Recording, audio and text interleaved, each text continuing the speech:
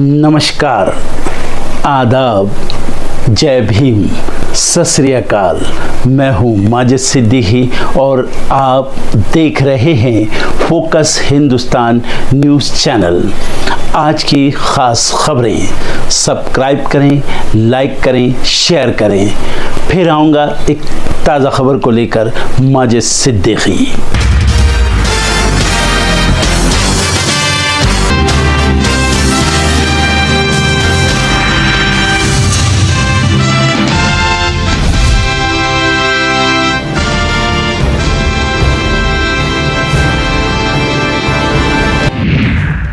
प्रधानमंत्री मोदी कच्छ में जवानों संग मनाएंगे दिवाली। एलएसी के करीब सैनिकों से मिलेंगे रक्षा मंत्री। सरदार पटेल की जयंती आज, राष्ट्रपति द्रौपदी मुर्मू आज देंगी श्रद्धांजलि। पीएम मोदी ने केवड़िया में लौह पुरुष सरदार वल्लभ भाई पटेल को दी श्रद्धांजलि, दिलाई एकता की शपथ, बोले सरदार पटेल हर पीढ़ी को प्रेरित करेंगे।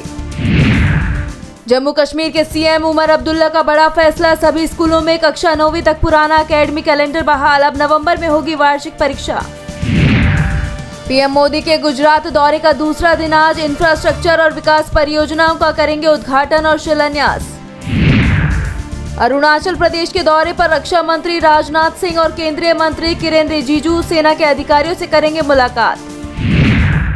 बिहार में विधानसभा चुनाव की तैयारियां तेज, आरसीपी सिंह करेंगे नई पार्टी का गठन, प्रेस कॉन्फ्रेंस कर दी जानकारी। यूपी में 31 अक्टूबर के साथ साथ 1 नवंबर को भी रहेगी छुट्टी। यूपी के 3 जिलों में मदरसों की जांच करने पहुंची एटीएस, मचा हड़कंप, 8 बिंदुओं पर की जा रही है छानबीन। मौसम लेगा करवट, दिल्ली एनसीआर में चलेगी ठंडी हवा, पहाड़ों पर गिरेगा पारा।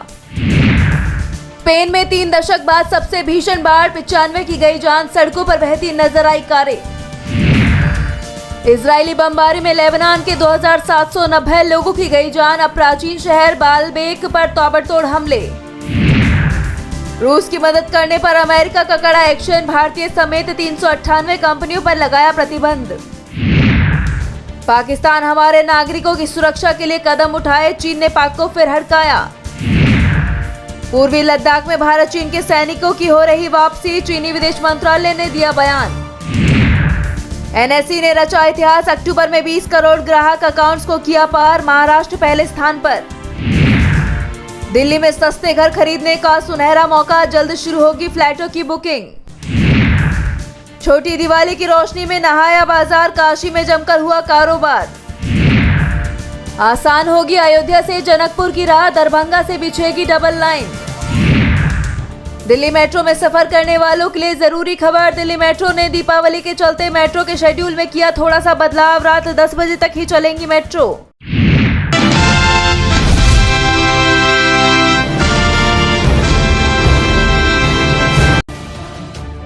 महाराष्ट्र में विधानसभा चुनाव से पहले ही एनडीए में बीजेपी के साथ खेल हो गया। दरअसल ये खेल जुड़ा है अजित पवार की पार्टी एनसीपी के नेता नवाब मलिक से। गठबंधन के बीच विवाद भले ज्यादा ना हो, लेकिन पैतरेबाजी जमकर हुई। मायावती में सीटों को लेकर विवाद तो सामने नहीं आया, मगर बीजेपी की मनमर्जी को भी अजित पवार ने खत्म कर दिया। उन्होंने आखिरी वक्त में ऐसा दांव खेला कि बीजेपी चाह कर भी कुछ नहीं कर पाई। बीजेपी ने एनसीपी नेता नवाब मलिक की उम्मीदवारी का विरोध किया था। करीब महीने भर चले सीट बंटवारे के दौरान अजित पवार इस मुद्दे पर खामोश बने रहे। फिर नवाब मलिक की बेटी सना मलिक को टिकट दे दिया, मगर नामांकन के अंतिम दिन मानखुर्द शिवाजी नगर सीट से नवाब मलिक को उम्मीदवार बनाकर बीजेपी को मुश्किल में डाल दिया। बीजेपी उनके लिए प्रचार नहीं करने का बयान देकर डैमेज कंट्रोल भी कर रही है। एनसीपी में बंटवारे के बाद अजित पवार 40 विधायकों के साथ पार्टी से अलग हुए थे। उस समय नवाब मलिक मनी लॉन्ड्रिंग के मामले में जेल में थे। 17 महीनों बाद जब जेल से बाहर आए तो पहले उन्होंने शरद पवार के प्रति वफादारी दिखाई, मगर विधानसभा में पहुंचते ही पलट गए और अजित पवार के साथ हो गए। अजित पवार ने मुश्किल घड़ी में उनकी इस वफादारी का इनाम देने की घोषणा की थी। नवाब मलिक के प्रति अजित के प्रेम से बीजेपी शुरू से ही असहज थी। बीजेपी के नेता नवाब मलिक को अंडरवर्ल्ड दाऊद इब्राहिम का करीबी बताते थे। इस विरोध को देखते हुए अजित पवार ने नवाब मलिक को दरकिनार करते हुए सना मलिक को अणुशक्ति नगर से टिकट दिया। सना मलिक ने 28 अक्टूबर को नामांकन भी दाखिल किया, मगर नवाब मलिक को लेकर सस्पेंस बना रहा। फिर 29 अक्टूबर को बीजेपी को समझ आ गया कि अजित पवार भी राजनीति में पीछे नहीं है, क्योंकि नामांकन के ठीक आखिरी दिन अचानक नवाब मलिक ने मानखुर्द शिवाजी नगर से बतौर निर्दलीय नामांकन भर दिया। इसके बाद नवाब मलिक ने कहा, मैंने एनसीपी के उम्मीदवार के रूप में और एक स्वतंत्र उम्मीदवार के रूप में अपना नामांकन भरा है। मुझे पार्टी का AB फॉर्म नहीं मिला है। अगर ये समय के अंदर आता है तो मैं एनसीपी उम्मीदवार के रूप में चुनाव लड़ूंगा, नहीं तो एक निर्दलीय उम्मीदवार के रूप में चुनाव लड़ूंगा। थोड़ी देर में अजित पवार की ओर से उन्हें AB फॉर्म भी दे दिया गया और नवाब मलिक एनसीपी के आधिकारिक प्रत्याशी बन गए। अजित पवार ने ये खेल इस चतुराई से खेला कि बीजेपी को विरोध करने का मौका भी नहीं मिला। अब मानखुर्द शिवाजी नगर विधानसभा सीट पर अजित पवार का मुकाबला समाजवादी पार्टी के अबू आजमी से होगा। MVA ने यह सीट सपा के लिए छोड़ी है। अबू आजमी मानखुर्द शिवाजी नगर से 3 बार चुनाव जीत चुके हैं। ये सीट उत्तर पूर्व मुंबई लोकसभा क्षेत्र का हिस्सा है। लोकसभा चुनाव के दौरान उत्तर पूर्व मुंबई से एनसीपी शरद चंद्र पवार के संजय पाटिल को जीत मिली थी। यहाँ अबू आजमी की जीत तय मानी जा रही थी। मुस्लिम बाहुल्य क्षेत्र होने के कारण महायुति के लिए मजबूत कैंडिडेट की तलाश आसान नहीं था। कई एक्सपर्ट तो ये भी मानते हैं कि अजित पवार की ये चाल बीजेपी के इशारे पर ही चली है। सना मलिक के लिए अनुशक्ति नगर से जीत की संभावना ज्यादा है और अबू आजमी के खिलाफ महायुति को ताकतवर मुस्लिम कैंडिडेट भी अब मिल गया है। अबू आजमी ने भी नवाब की उम्मीदवारी पर रिएक्शन देते हुए कहा था कि उन्हें बीजेपी यहां भेज रही है। राजनीति के एक दांव से बीजेपी की मुश्किल बढ़ी है, क्योंकि पार्टी लगातार नवाब मलिक के खिलाफ मोर्चा खोलती रही है। ईडी की गिरफ्तारी के बाद बीजेपी ने नवाब मलिक के सहारे ही तत्कालीन उद्धव सरकार के खिलाफ मोर्चा खोला था। बीजेपी के नेता आशीष सेलार ने कहा कि भारतीय जनता पार्टी नवाब मलिक के लिए प्रचार नहीं करेगी। पार्टी का रुख दाऊद और दाऊद से जुड़े मामलों को बढ़ावा देना नहीं है। हालांकि शिवसेना, UBT समेत तमाम विपक्षी दलों ने बीजेपी के इस बयान पर चुटकी ली। सोशल मीडिया में भी बीजेपी को ट्रोल किया जा रहा है और लोग पूछ रहे हैं कि बीजेपी समर्थक कैसे नवाब मलिक को वोट डालेंगे।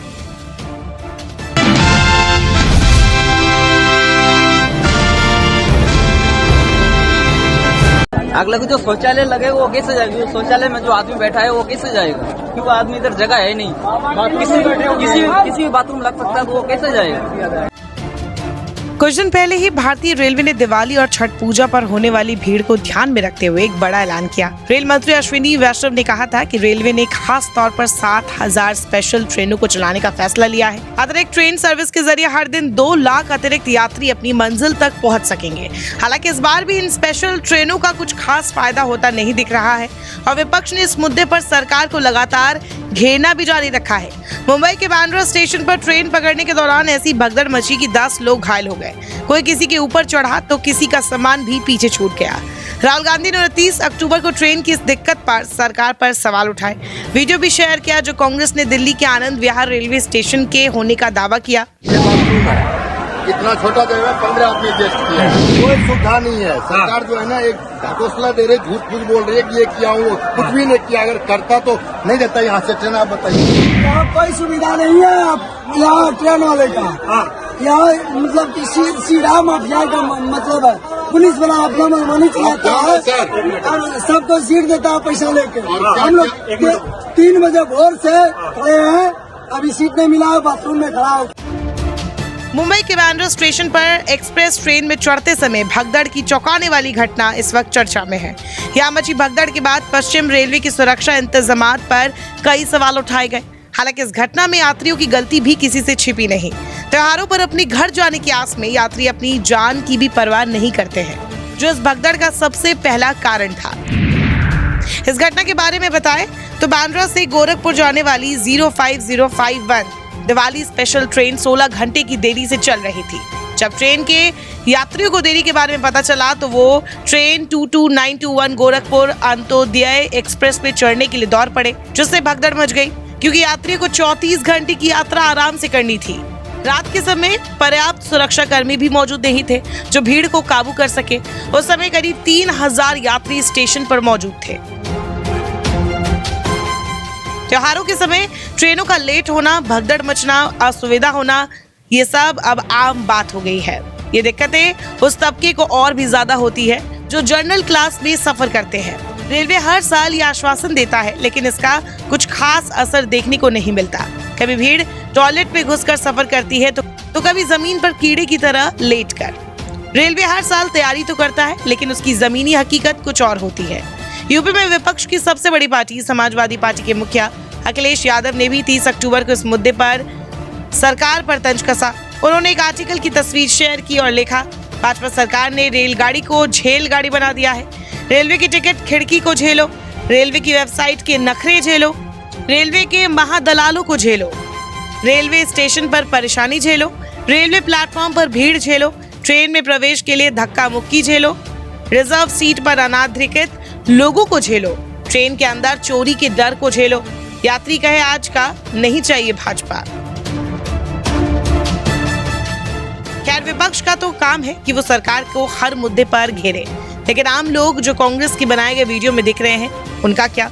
और उनका क्या जो लगातार रेलवे को टैग कर करके ट्वीट कर रहे हैं, अपनी परेशानी बता रहे हैं। मिनिस्ट्री ऑफ रेलवे ने 29 अक्टूबर को एक वीडियो शेयर किया जिसमें मालदा, पुणे, देहरादून, चेन्नई जैसे राज्यों के रेलवे स्टेशन की तस्वीर है और लिखा कि इस त्योहारी सीजन में भारतीय रेलवे सभी यात्रियों को एक सहज यात्रा अनुभव प्रदान करने के लिए समर्पित है। इसी पर कमेंट में लोगों ने अपनी परेशानियों के बारे में लिखा। एक यूजर ने लिखा, अपनी पीठ थपथपाने से पहले खुद को आईना दिखाने के लिए घंटों लेट होने वाली ट्रेनों की लिस्ट भी पोस्ट करे। वह एक और यूजर ने लिखा, जी हाँ 12503, ना कोई अटेंडर ना कोई सफाई कर्मचारी। उनके सूत्रों के मुताबिक ठेकेदार ने 3 महीने से भुगतान नहीं किया है, इसीलिए वो कोई सेवा नहीं कर रहे हैं, लेकिन यात्री को परेशानी होगी। खैर, ऐसे कई लोगों ने ट्वीट करते हुए सवाल उठाए हैं। इनके दावों में कितनी सच्चाई है इसकी पुष्टि तो हम नहीं कर सकते, लेकिन मुंबई भगदड़ की घटना और स्पेशल ट्रेनों की लेट लतीफी से हर कोई वाकिफ है। तो सरकार से सवाल भी पूछे जा रहे हैं कि हर क्षेत्र में तरक्की करने वाला देश कब इस समस्या से बाहर आ पाएगा।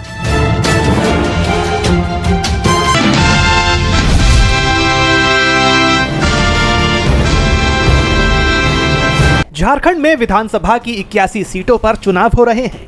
2 चरणों में होने वाले इस चुनाव के लिए नामांकन दाखिल करने का काम खत्म हो चुका है और किस पार्टी से किस सीट पर कौन सा उम्मीदवार मैदान में है, इसे लेकर भी तस्वीर साफ हो गई है। लेकिन इस बीच राज्य में बीजेपी पर बड़ा आरोप लगा है और यह आरोप किसी और ने नहीं बल्कि बीजेपी के ही नेताओं ने लगाया है। बीजेपी पर आरोप है कि उसने टिकट बंटवारे में स्थानीय और पुराने नेताओं की अनदेखी की है। इसे लेकर पार्टी में बड़े पैमाने पर बगावत भी देखने को मिली है। बीजेपी ने जेएमएम से आए पूर्व मुख्यमंत्री चंपाई सोरेन को सरायकेला और उनके बेटे बाबूलाल सोरेन को घाटशिला सीट से उम्मीदवार बनाया है। जेएमएम से आए लोब्रिन हेम्ब्रम को बोरियो और सीता सोरेन को जमताड़ा, कांग्रेस से आई डॉक्टर मंजू देवी को जमुआ और गीता कोड़ा को जगन्नाथपुर, एनसीपी से आए कमलेश कुमार सिंह को हुसैनाबाद और सहयोगी दल आजसू से आए रोशन लाल चौधरी को बड़कागांव सीट से बीजेपी ने उम्मीदवार घोषित किया है। वैसे देखा जाए तो पार्टी के प्रदेश अध्यक्ष बाबूलाल मरांडी वो भी जेवीएम से बीजेपी में आए हैं, लेकिन बाबूलाल मरांडी 4 साल पहले बीजेपी में आए थे, इसलिए उनको लेकर पार्टी में बहुत ज्यादा विरोध नहीं है। लेकिन दूसरे नेताओं का चुनाव से पहले बीजेपी में आना, इसमें से कुछ नेताओं का लोकसभा चुनाव और फिर विधानसभा चुनाव में भी बीजेपी का टिकट मिलने को लेकर पार्टी के नेता नाराज दिखाई दे रहे हैं। कई दिग्गजों ने तो चुनाव प्रचार करने से ही मना कर दिया है, तो कई नेता पाला बदल गए हैं। किसी ने पार्टी बदल ली तो किसी ने निर्दलीय चुनाव लड़ने का ऐलान कर दिया। बगावत करने वाले प्रमुख पार्टी नेताओं के नाम हैं लुइस मरांडी, बास्को बेरा, लक्ष्मण टुडू और गणेश महली। अब माना यह जा रहा है कि चुनाव के वक्त मची इस भगदड़ का बीजेपी को खामियाजा भुगतना पड़ सकता है।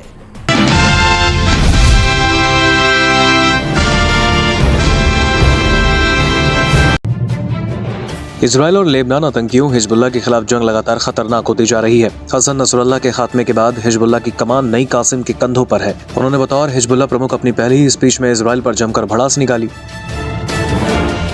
टीवी भाषण के दौरान कासिम ने कहा कि वो अपने संगठन को पिछले नेता नसरुल्लाह के नक्शे कदम पर चलाएंगे। बेंजामिन नेतन्याहू के घर ड्रोन हमले का जिक्र करते हुए उन्होंने कहा, हाँ हमने हमला किया, वो बच निकले, लेकिन जरूरी नहीं कि अगली बार भी ऐसा ही हो और वो बच जाए। अपने भाषण के दौरान हिजबुल्लाह के नए प्रमुख नईम कासिम ने प्रधानमंत्री बेंजामिन नेतन्याहू के कैसरिया स्थित घर पर हुए ड्रोन हमले का जिक्र करते हुए कहा, नेतन्याहू इस बार बच गए, शायद उनका वक्त अभी नहीं आया है। मेरा एजेंडा सभी पहलुओं में नसरुल्लाह के एजेंडे का पालन करना है। हम युद्ध जारी रखेंगे। हम किसी की ओर से या किसी के उद्देश्यों की पूर्ति के लिए नहीं लड़ते, हम लेबनान के लिए लड़ते हैं। ईरान हमारा निस्वार्थ समर्थन करता है और हमसे कुछ नहीं मांगता। कासिम ने पूर्व हिजबुल्लाह नेताओं हसन नसरुल्लाह और हाशिम सफीउद्दीन के बारे में बात की। नसरुल्लाह के सितंबर और अक्टूबर में हाशिम की इजरायली हमलों में मौत हुई। उन्होंने पूर्व हमास प्रमुख याह्या सिनवार के बारे में भी बात की, जिन्हें अक्टूबर की शुरुआत में गाजा पट्टी में मार दिया गया था।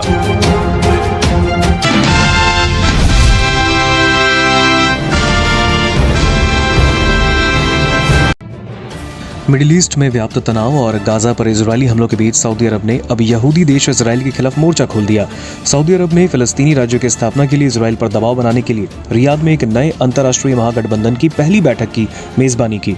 सऊदी विदेश मंत्री प्रिंस फैसल बिन फरहान ने कहा कि रियाद में हो रही 2 दिवसीय बैठक में लगभग 90 देश और अंतर्राष्ट्रीय संगठन हिस्सा ले रहे हैं। पिछले महीने संयुक्त राष्ट्र महासभा के दौरान 2 राज्य समाधान नीति को लागू करने के लिए अंतर्राष्ट्रीय गठबंधन बनाने का फैसला हुआ। ये महागठबंधन मिडिल ईस्ट, यूरोप और दुनिया के अलग हिस्सों के देशों को एक साथ एक मंच पर लाता है। इनकी कोशिश है कि 2 स्टेट पॉलिसी के तहत फिलिस्तीन का समाधान निकाला जाए और इजराइल पर अंतर्राष्ट्रीय दबाव डालकर गाजा में सीज फायर कराया जाए। सऊदी विदेश मंत्री प्रिंस फैसल बिन फरहान ने गाजा में मानवीय स्थिति को विनाशकारी बताया और उत्तरी गाजा की पूर्ण नाकाबंदी की निंदा की। उन्होंने कहा, फिलिस्तीनी लोगों को उनकी जमीन से बेदखल करने के मकसद से वहां नरसंहार को अंजाम दिया जा रहा है, जिसे उनका देश यानी सऊदी अरब अस्वीकार करता है। रियाद की बैठक में शामिल होने आए राजनयिकों ने कहा कि इस बैठक में फिलिस्तीनी शरणार्थियों के लिए संयुक्त राष्ट्र एजेंसी का मानवीय पहुंच और 2 राज्य समाधान को आगे बढ़ाने के उपायों पर ध्यान केंद्रित करने की उम्मीद है। राजनयिकों ने बताया कि इस मेगा मीटिंग में यूरोपीय यूनियन का प्रतिनिधित्व मध्य पूर्व शांति प्रक्रिया के लिए नियुक्त विशेष प्रतिनिधि स्वेन कूपमैन्स कर रहे हैं, जबकि इजराइल के सबसे महत्वपूर्ण सैन्य समर्थक संयुक्त राज्य अमेरिका ने फिलिस्तीनी मामलों के लिए विदेश विभाग के विशेष प्रतिनिधि हेडी अमर को भेजा है। पिछले 1 साल में जब से इजराइल ने गाजा पर हमले शुरू किए, तब से गाजा युद्ध ने 2 राज्य समाधान की चर्चा की और उसको फिर से जिंदा किया। इसके तहत इजराइल और फिलिस्तीन दोनों राज्य एक साथ शांति से रहेंगे। हालांकि विश्लेषकों का कहना है कि यह लक्ष्य पहले से कहीं ज्यादा मुश्किल लगता है, क्योंकि इजरायली प्रधानमंत्री नेतन्याहू की कट्टर दक्षिणपंथी इजरायली सरकार फिलिस्तीन को राज्य का दर्जा देने के सख्त खिलाफ है।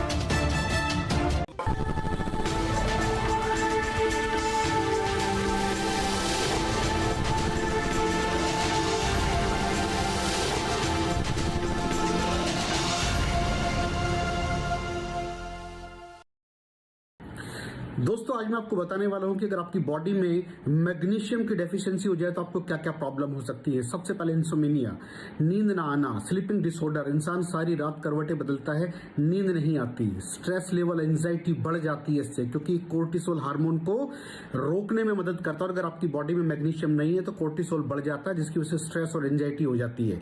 मूड स्विंग्स, इंसान को पता नहीं चलता उसके मूड स्विंग्स होते हैं, थोड़ी थोड़ी देर में गुस्सा आना, थोड़ी थोड़ी देर में चिड़चिड़ापन होना, क्योंकि ये सेरोटोनिन हार्मोन को बढ़ने में मदद करता है। अगर आपकी बॉडी में less magnesium is equal to less serotonin, और सेरोटोनिन हैप्पीनेस का हार्मोन है। अलावा इसके ये फटीग को भी कम करता था। अगर आपकी बॉडी में मिनरल डेफिशिएट है, अगर आपकी बॉडी में मैग्नीशियम नहीं है तो आपको थकावट बहुत जल्दी फील होगी, जरा सा काम करती है आपकी बॉडी थक जाएगी।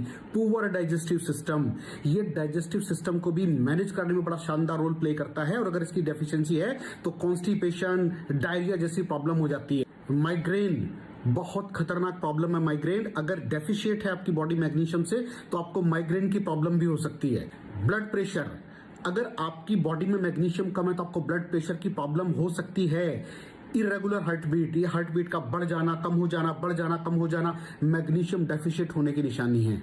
ऑस्टियोपोरोसिस, बोन हेल्थ वीक हो जाती है, क्योंकि आपकी बॉडी का 60% जो मैग्नीशियम है वो आपकी बोन्स के अंदर होता है। अगर आप बाहर से मैग्नीशियम नहीं ले रहे हैं तो आपकी बॉडी जो है वो हड्डियों में से लेना शुरू कर देती है, जिसकी वजह से ऑस्टियोपोरोसिस की प्रॉब्लम भी हो सकती है, आपकी हड्डियां कमजोर हो जाती हैं। और मसल क्रैम्पिंग, मसल क्रैम्प, नस पे नस का चढ़ जाना, मसल्स पे अकड़ जाना, बिल्कुल चलना मुश्किल हो जाता है। तो मसल क्रैम्पिंग भी तभी होती है जब आपकी बॉडी में मैग्नीशियम की डेफिशिएंसी हो। और दोस्त, हमारे यहाँ 90% से ज्यादा लोग मैग्नीशियम डेफिशिएंसी के शिकार हैं। कहां से मिलेगा मैग्नीशियम, कितनी मात्रा में लें, किस क्वालिटी का लें? तो उसका जवाब है वेस्टीज प्राइम CMD। इसके अंदर आपको भरपूर मात्रा में मैग्नीशियम मिलेगा, आपकी सारी प्रॉब्लम सोल्व हो जाएगी। Thank you so much. दर्शकों, देख लिया आपने हमारे वीडियो को। हमें खुशी होगी कि आपने हमारे न्यूज़ को लाइक किया और दूसरों को शेयर किया। अगर अभी तक हमारे चैनल फोकस हिंदुस्तान को सब्सक्राइब नहीं किया है तो तुरंत सब्सक्राइब करें, कमेंट करें और बेल आइकॉन को प्रेस करें। हम हाजिर हैं खबर के लिए।